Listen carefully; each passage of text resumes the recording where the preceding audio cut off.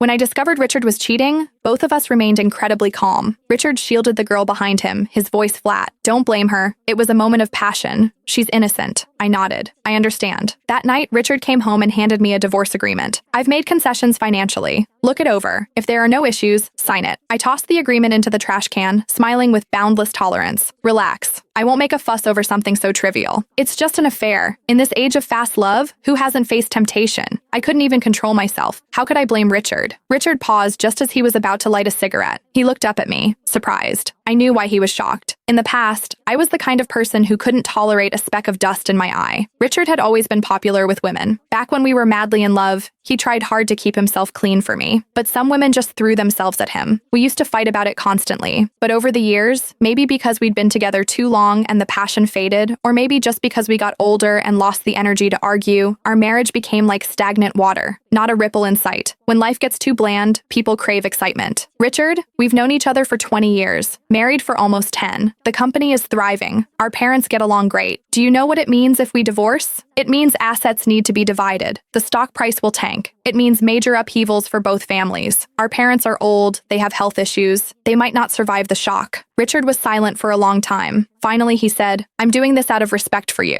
Your respect for me is finding a mistress and cuckolding me? Richard frowned, disapproving. She's not a mistress. I told you, I was shameless. She knew I had a family and kept rejecting me. I get it. You don't need to explain. Love is hard to control with reason. I laid it all out. You're just afraid I'll use my status as your wife to bully her, right? Don't worry. I, Sarah Vance, might have many flaws, but I am generous. Richard looked at me tentatively. You really don't mind? To say I don't mind at all would be a lie, but you two are true love. I sighed softly. True love is rare these days. I always respect and bless it. Richard wasn't swayed by my sweet talk, but he knew I was stating facts, so he said he'd reconsider the divorce. For several days, he came home on time. Occasionally, his phone would ring. He'd glance at me, then hang up. I said generously, was that her? Answer it. Don't make her sad. You can't give her a legitimate status, so don't let her suffer in other ways. Richard endured it for a moment, then got up and went into the study. The door closed tight, just like his heart, which hadn't been open to me for a long time. Actually, I understood him. People are very tolerant of those they love deeply or don't love at all. They are only harsh toward those they once loved deeply, but no longer do. Richard probably detested me right now, detested me so much that breathing the same air in the living room felt unbearable. Yet, because he was afraid I'd hurt his lover, he had to come home every day and pretend with me. It must be hard for him. At night, as usual, I slept alone. I can't remember how long it's been since Richard and I had a normal married life. At first, I tried to seduce him, but he always used tired as an excuse. But men are creatures who can impregnate women at 80 and try to grope nurses while paralyzed in bed. I knew then that Richard wasn't tired. He had just been satisfied by another woman, but a 30-year-old woman has needs.